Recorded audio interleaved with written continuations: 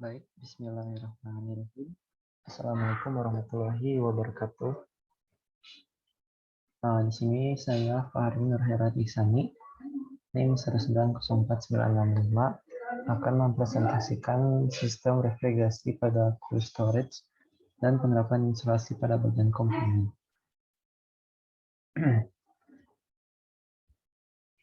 Untuk daftar materinya, yaitu ada pengertian cold storage, ada jenis pendingin cold storage, ada komponen utama, lalu ada prinsip kerja, selanjutnya ada penggunaan cold storage pada susu, dan yang terakhir bahan insulasi pada cold storage. Pengertian cold storage. Cold storage adalah ruangan pendingin yang digunakan untuk tempat menyimpan makanan seperti buah, sayur-sayuran, daging, es krim, makanan, minuman, dan lain-lain. Begitu juga bahan untuk memasak agar tidak cepat membusuk, mempertahankan kesegaran, dan menjaga kualitas bahan makanan agar tetap baik. Unit untuk kapasitas pendinginan yang besar diperlukan unit yang besar. Pula seperti cold storage, untuk mendinginkan produk bahan makanan yang akan diawetkan di dalamnya nanti, cold storage merupakan suatu ruangan yang mana dikhususkan sebagai ruangan untuk menyimpan barang yang memerlukan suhu dingin. Fungsi dari cold storage sendiri adalah sebagai tempat penyimpanan produk, baik itu makanan, bunga-bunga, serta barang-barang tertentu. Cold storage mempunyai ukuran ruangan yang besar dibandingkan lemari pendingin lainnya.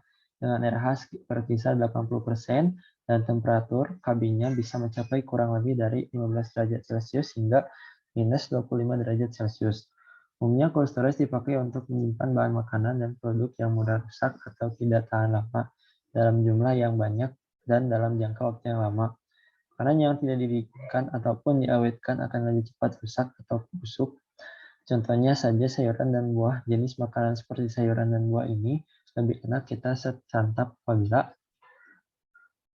masih dalam keadaan segar.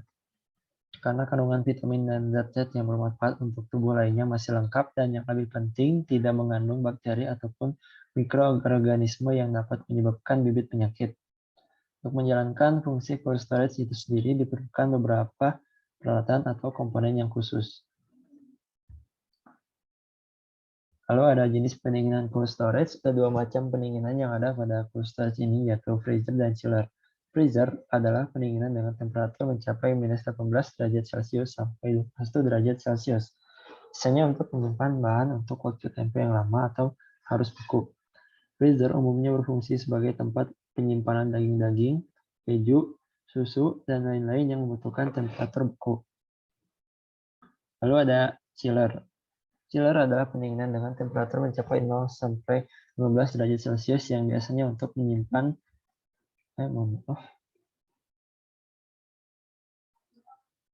bahan makanan yang tidak terlalu lama atau yang tidak perlu pembekuan. Pada chiller ini biasanya digunakan untuk tempat menyimpan bahan-bahan makanan seperti buah-buahan dan sayur-sayuran. Selanjutnya yaitu adalah komponen utama pada cold storage. Yang pertama ada kompresor, merupakan jantung dari sistem refrigerasi. Cara kerja kompresor adalah menghisap uap refrigeran yang bertekanan rendah dari evaporator dan mengkompresinya menjadi uap bertekanan tinggi, sehingga uap akan tersirkulasi dalam sistem. Yang kedua yaitu ada evaporator yang berfungsi untuk menyerap kalor dari udara sekitar ruangan ataupun dari produk yang berada di sekitarnya, menggunakan kalor tersebut untuk mengubah massa refrigeran dari cair menjadi uap jenuh. Lalu yang ketiga ada kondensor yang berfungsi untuk melepas kalor ke lingkungan dan merubah refrigeran fasa uap menjadi cair. Agar terjadi perubahan wujud refrigeran dalam hal ini adalah pengembunan ataupun kondensasi ya. Maka kalor harus dibuang dari uap refrigeran itu sendiri. Lalu yang keempat ada katup ekspansi yang berfungsi untuk menurunkan tekanan refrigeran cair dan mengatur laju aliran refrigeran ke evaporator. Nah, selanjutnya yaitu ada prinsip kerja dari cold storage. Pada prinsip kerja cold storage hampir sama dengan ruangan biasa yang akan didinginkan. Perbedaannya terletak pada toleransi suhunya. Dimensi suhu dari cold storage tidak boleh menyimpang terlalu jauh dari desain awalnya, karena bisa merusak barang yang disimpan di dalamnya. Untuk cara kerjanya yaitu pertama sistem kerja cold storage dimulai dengan masuknya refrigeran ke kompresor melalui pipa intake. Lalu di dalam kompresor refrigeran wujud gas bersuhu rendah.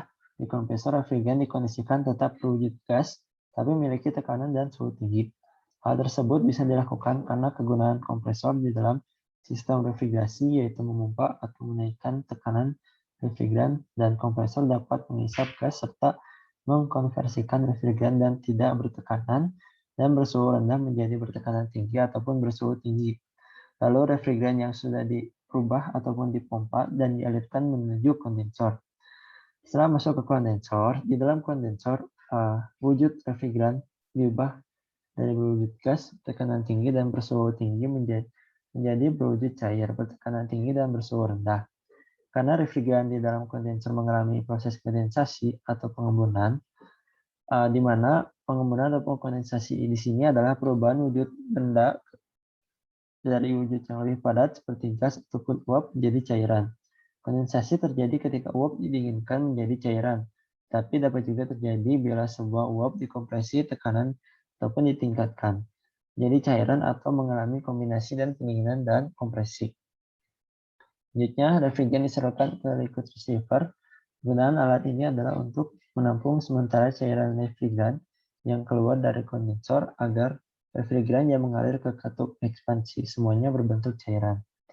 Setelah itu, refrigeran menuju solenoid valve yang berfungsi untuk mengalirkan dan juga menghentikan laju refrigeran secara otomatis saat sistem sudah mencapai suhu yang disetting.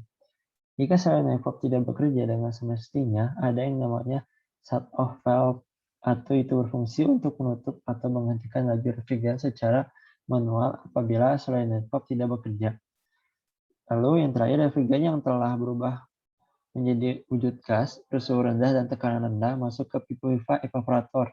Fungsi dari evaporator adalah untuk menyerap udara suhu panas di dalam cold storage dan mengembuskannya lagi, namun berupa udara dingin. Karena udara di dalam evaporator akan melewati pipa-pipa evaporator yang terdapat refrigeran bersuhu rendah. Proses ini berulang-ulang dan terus-menerus sampai suhu di dalam cold storage sesuai dengan yang diinginkan.